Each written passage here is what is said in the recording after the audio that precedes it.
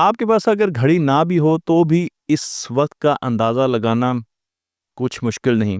آپ بتا سکتے ہیں کہ اس وقت تقریباً کتنا ٹائم ہوا ہے اور کسی بھی ایونٹ کو گزرے ہوئے کتنا وقت ہو چکا ہے۔ یہ سب ہوتا ہے آپ کے دماغ میں چھپی اندرونی گھڑی کی وجہ سے۔ جی ہاں، میں اس گھڑی کی طرف آپ کو لے کر چلتا ہوں جو کہ دماغ کے دو حصوں پر مربوط ہے، ہپوکیمپس اور سیریبلم، جو کہ وقت کے بہاؤ کو محسوس کرتے ہیں۔ یہ نیورونز کی فائرنگ کے پیٹرن کی بنیاد پر وقت بتاتے ہیں اور کوئی بھی واقعہ کتنی دیر میں ہوا یا کتنی دیر چلا یہ سب بتاتے ہیں۔